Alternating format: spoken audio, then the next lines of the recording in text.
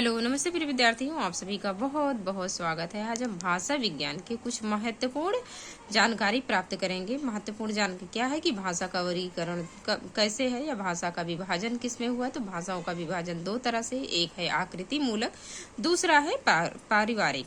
आकृति मूलक में क्या आएगा? आकृति मूलक का ही अन्य नाम, चाहे आकृति मूलक ना पूछे, आपसे रूपात्मक पूछे तब भी आकृति मूलक, रचनात्मक, पदात्मक। इस भाषा में पद, ध्वनि, अर्थ के आधार पर जो भाषाएं आएंगी, पद, ध्वनि, अर्थ समान होने चाहिए, वही क्या होंगी? आकृति मूलक। आकृति मूलक के भी दो भेद हैं। क्या क्या? अयोगात्मक, योगात्मक, अयोगात्मक। योगात्मक में कितने भेद हैं? योगात्मक में पहले हम देखेंगे चार भेद हैं: अश्लिष्ट, श्लिष्ट, प्रश्लिष्ट। और योगात्मक के भी दो भेद हैं। कौन कौन से हैं योगात्मक में?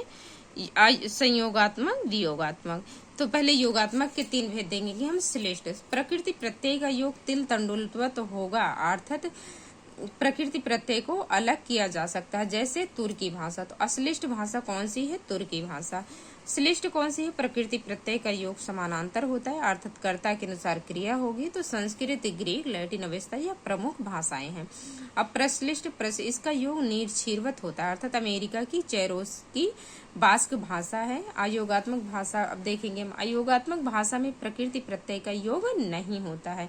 जो अयोगात्मक भाषाएं हैं वहां पे प्रकृति और प्रत्यय का योग नहीं होता है। अयोगात्मक इसमें संबंध तत्व और अर्थ तत्व का भी योग नहीं होता है, जैसे चीनी भाषा, तिब्बती भाषा, सूडानी भाषा।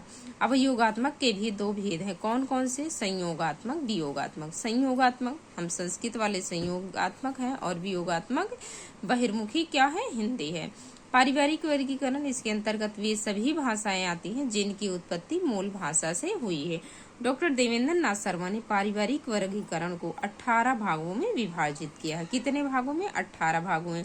अब योगात्मक भाषा के हम तीन भेद जो हैं वह उनमें क्या क्या महत्वपूर्ण है? तो तीन भेद है। एक तो पहला अश्लिष्ट है। अश्लिष्ट के भी चार भेद हैं। क्या क्या? पूर्व योगात्मक, मध्य योगात्मक, अंत योगात्मक, पूर्वांत योगात्मक।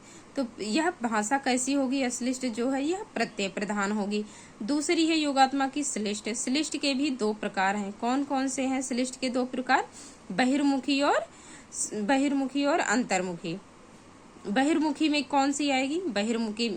बहिर्मुखी के संयोगात्मक और वियोगात्मक भेद हैं, और अंतर्मुखी के भी संयोगात्मक, वियोगात्मक भेद हैं। श्लिष्ट भाषा जैसे है वो हमारी, तो श्लिष्ट भाषा के दो भेद हैं। कौन कौन से?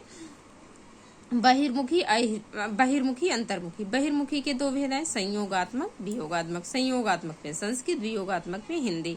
अब उस श्लिष्ट के जो दूसरा प्रकार है अंतर्मुखी, अंतर्मुखी के भी दो भेद हैं, एक संयोगात्मक है और दूसरी वियोगात्मक है। तीसरे नंबर है योगात्मक का प्रश्लिष्ट। प्रश्लिष्ट होगी कैसी? तो प्रश्लिष्ट होगी समास प्रधान। तो जैसे अश्लिष्ट, श्लिष्ट, प्रश्लिष्ट, इसको हम याद करेंगे पीबीएस। पीबीएस प्रत्यय प्रधान, श्लिष्ट। और ये जो श्लिष्ट भाषा है ये कैसी होगी? विभक्ति प्रधान। और जो ये प्रश्लिष्ट भाषा है ये समास प्रधान है। अब इसमें जो प्रश्लिष्ट है इसके भी दो भेद, कौन से भेद हैं? पूर्ण प्रश्लिष्ट और आंशिक प्रश्लिष्ट। पूर्ण प्रश्लिष्ट में आएगी अमेरिका की चेरोकी भाषा। Thank you. मिलते हैं किसी नेक्स्ट वीडियो में नेक्स्ट टॉपिक के साथ। वीडियो अच्छी लगे तो प्लीज कमेंट कीजिएगा।